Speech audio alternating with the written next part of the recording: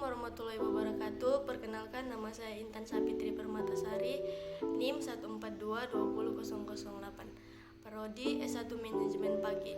Di sini saya akan menjelaskan tentang perseroan terbatas atau biasa disebut PT.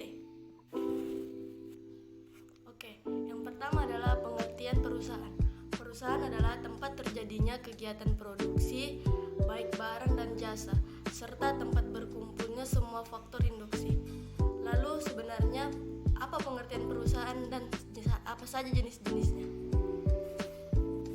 Secara umum, pengertian perusahaan adalah suatu badan hukum yang dibentuk oleh sekelompok orang yang terlibat dalam menjalankan badan usaha serta secara umum perusahaan adalah suatu badan hukum yang dibentuk oleh sekelompok orang yang terlibat dalam menjalankan badan usaha dalam kapasitas komersial atau industri.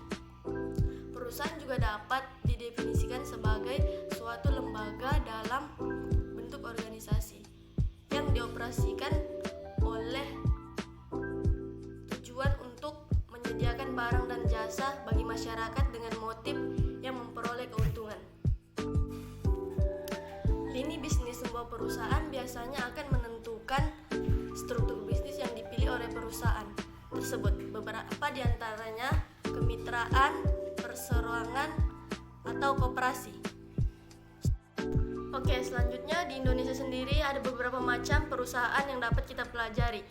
Contohnya seperti koperasi, firma, penanaman modal asing, penanaman modal dalam negeri, persekutuan perdata, perusahaan umum, perseroan terbatas, perseroan terbuka atau PT TBK, perusahaan dagang, dan lain-lain.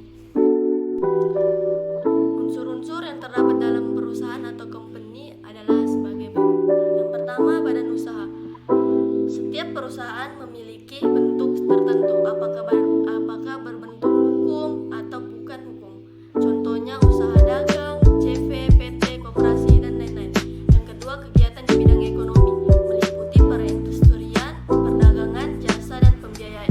Yang keempat, terus-menerus, artinya kegiatan usaha yang dilakukan perusahaan sebagai mata pencaharian dilakukan secara terus-menerus dan bukan kegiatan intensial.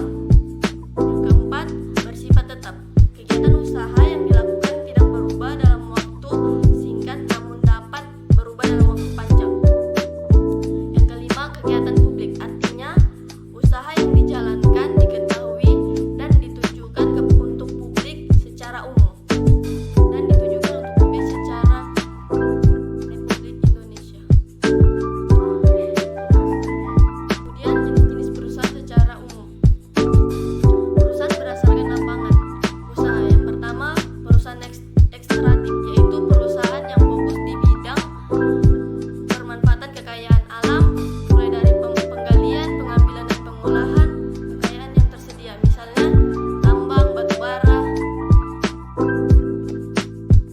Yang kedua, perusahaan agraris, yaitu perusahaan yang bergerak di bidang pengolahan lahan atau ladang, misalnya perusahaan yang bekerja di pertanian, perikanan darat, perkebunan, kehutanan, dan lain. Tiga, perusahaan industri, yaitu perusahaan yang memproduksi barang mentah atau setengah jadi kemudian siap untuk dijadikan produk. Yang keempat, perusahaan perdagangan, yaitu perusahaan yang siap dijual belikan ke masyarakat.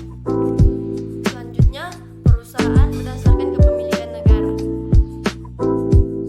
Kepemilikan negara, yaitu perusahaan yang dimodali dan didirikan oleh negara.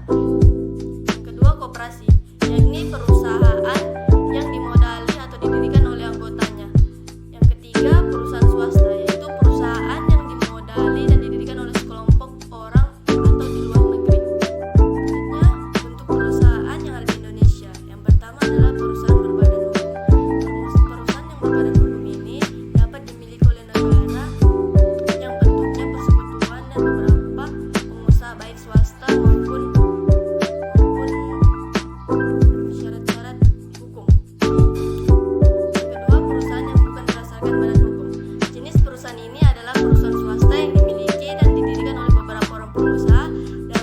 sama.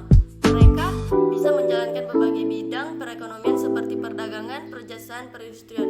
Perusahaan ini memiliki oleh swasta bisa berbentuk perseorangan atau persekutuan. Yang ketiga, perusahaan multinasional. Ketika sebuah bisnis atau yang menyentuh ranah nasional dan berhasil bentuk tumbuh sukses, pengertian pengusahaan akan lebih berkembang dan berubah menjadi perusahaan yang multinasional. Perusahaan ini akan tumbuh dan dapat diposisikan yang kuat dan kebanyakan bersaing di area globalisasi. Ada beberapa faktor yang membuat perusahaan bisa tumbuh dan berkembang. Salah satunya adalah terlengkapinya unsur-unsur perusahaan sesuai dengan jabaran pengertian perusahaan di atas, antara lain kegiatan dalam bidang ekonomi, memiliki badan usaha, bersifat konsisten, terang-terangan, memiliki keuntungan atau laba, serta pembukuan. Baik, sekarang saya akan sebutkan contoh-contoh perusahaan yang berada di Indonesia. Yang pertama, PT Astra Internasional, yaitu perusahaan otomotif. Yang kedua, PT Kalbe Farma adalah perusahaan farmasi, suplemen, nutrisi, dan layanan kesehatan. Yang tiga, PT Telkom Indonesia adalah perusahaan telekomunikasi.